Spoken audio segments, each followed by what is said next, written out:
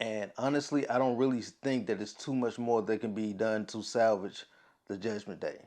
I could be wrong. I could be wrong. But the Judgment Day is very well over.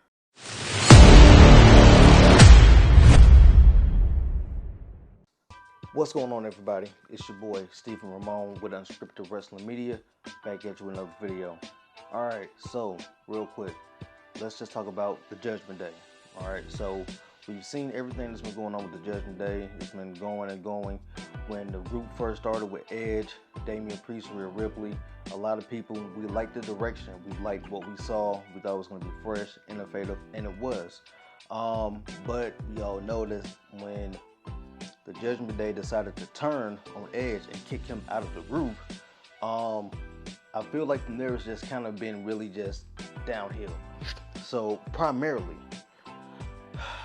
it's just been a lot of back and forth, and it's been back and forth between three people and one person, and it's only so much you can get from that. It's only so many layers that you're going to be able to pull from a storyline with that dynamic in place. And honestly, nothing that we've seen with the Judgment Day has been, in my opinion, working. Okay. Um, I think everything that we saw with Dominic, Ray, and Edge is an attempt to keep it fresh for whatever reason. There seems to be, I guess, a glimmer of hope that the Judgment Day is salvageable, but for the most part, I think the group is pretty much dead. Um, when we got the still fairly unexplained departure of Edge from the group, and then Finn Balor joins, and it doesn't really make any sense. It's just been a whole lot of holes in the story to begin with, so it's been really hard to get behind as a fan. Evidence is that is if you look at the Judgment Day promo on the episode of Raw from the 19th, depending on when you're watching this video, from September 19th, you see the crowd went flat. And the promo that Ray cut backstage, it was beautiful. It was phenomenal. But I'm sitting here watching it and I'm like, I'm not involved. I'm not intrigued. I don't care. And the biggest hindrance that I feel the Judgment Day is having now, in addition to trying to get over, would be the fact that honestly, I'm not sold on this Dominic Mysterio turning on Ray thing. Right now, I could really care less about that match if they went ahead and put it on their next premium live event. I really would. It's not working. I don't know if it's the fact that we waited too long before we turned Dominic. I don't know if it's the fact that the character that he is trying to portray on screen is severely lacking in the area of attitude and confidence and the intangible things that you need to see from a character when we do a heel turn like this. I just really have no idea. Either which way it go, it's not working at all.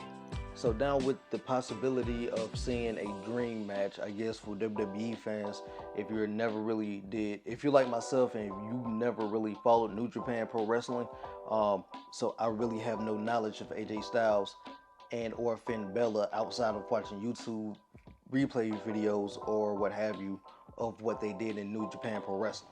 Okay, but just knowing how these two guys are in the ring on a regular basis. So now we're teetering on getting a feud between AJ Styles and Finn Balor. Interesting. I like it. Definitely will be some nice entertaining matches, if nothing else. All right. Could it be enough to save the Judgment Day and give them a shot in the arm? Maybe. But also with this program between, if we do run a program of Finn versus AJ, you also look at this backfiring and getting Finn over to where he once was before. Technically, I don't think he's never really lost being in that place, but you risk elevating Finn back to the status that he was when he was over with the crowd, and then casting Judgment Day in the shadow. Now, Finn does have the ability to carry and build those around him in a faction that are not the key supporting players. We know this. Will it work for the Judgment Day with the WWE audience? Possibly. Just gotta wait and see. And honestly, I don't really think that it's too much more that can be done to salvage the Judgment Day. I could be wrong. I could be wrong. But the Judgment Day is very well over. It's official. It sucks. And that is what we're going to be saying in a few months, or a few weeks, either or depending, because I don't know how long they're going to run this thing. But that's what we will be saying if they don't figure out a way somehow to turn this thing back around and find a way to get the fans invested in this storyline and in this angle. Typically, when you get superstars to get in a group and that group goes to the proverbial hell in a handbasket, 9 times out of 10, those superstars are done for. Like, no one's gonna want to hear or see anything from them. It's gonna take a drastic repackaging to get them back over with the audience. I don't think that would be the case if Judgment Day were to go south. However, I could be wrong. I don't know.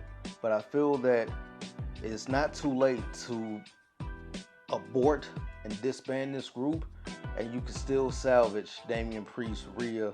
You can still salvage Finn, and it could very well still be some hope for Dom. I think the only thing that's going to help get Dominic over as a heel would be getting him a manager, a mouthpiece, something. On the charisma side of things, he's not ready to walk in that role. He needs some more something on screen, because right now he's not coming across on screen as a believable person. But that's my thoughts on it. Go down in the comments. Let me know what you think about it. So, is the Judgment Day done, or can they still be saved, or do you not care? Either which way it go. Let me know down in the comments. Be sure to like the video, share the video, hit the subscribe button, click the bell icon to turn on notifications so you can make sure that whenever I drop content, you'll be the first ones to know about it. Until then, peace.